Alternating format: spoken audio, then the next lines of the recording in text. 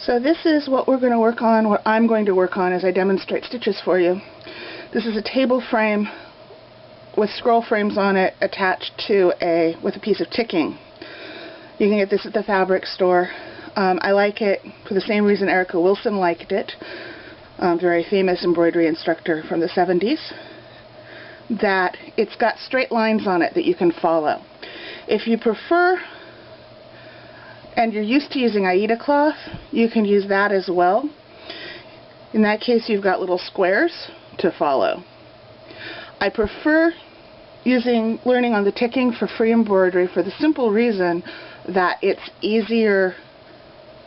You don't have the blocks to follow. It's easier to follow the stitches to get the even sizes on the Aida cloth. So by using the ticking, you've got the straight lines, but you still have to learn how to balance your stitches and make them the right size. If you're using Aida, you can put it in a hoop. Ta-dam! You can put it on a scroll frame. There are some combinations of stitches that you will probably want two hands to use, like the French knots and the colonial knots. It's really hard to stitch them with just one. If you're using normal fabric like ticking, you'll want a chenille needle. In this case, I'm using a number 20 chenille needle from DMC, simply because it was easy to get at the local craft store. These have a sharp, pointy end instead of a blunt end like cross-stitch needles do, which are called tapestry needles. You'll want the sharp end on normal fabric. On Aida, you can use the tapestry needle that you already have for cross-stitch. I'm using number 5 pearl cotton in red and blue. I'm going to use the garnet, which is the red, which is DMC 815, to work with my right hand, and the blue to work with the left hand, which will give you a nice alternating thing. I'm going to do the stitches in each direction. I want you to remember when you're working through these, if you're working through these in order, that really there are only 3 stitches. There's stitch, bring the needle up from the back of the fabric, and then take it back to the front. That's simple, easy first stitch.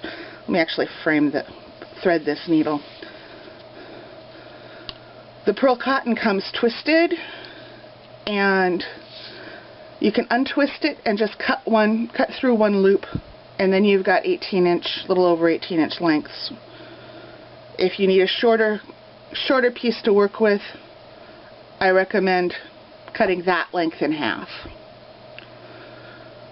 We're working with pearl cotton because we can do just one strand and we don't have to fiddle with laying tools and all of that. So, 3 stitches basically. You can come up from the back and down. That's a basic straight stitch. The second possible stitch is up from the back, loop around in some way, go back down to the front and secure the loop. In this case, a weird chain stitch. The other option is a knot, which is just up from the back, tie a knot in whatever way, and go back down to the back. And those are the 3 types of stitches. Every other embroidery stitch is some combination of those movements, some combination of those stitches. So hopefully that will not intimidate you, and next week when we start with running stitch, we'll be all ready to go. Talk to you later.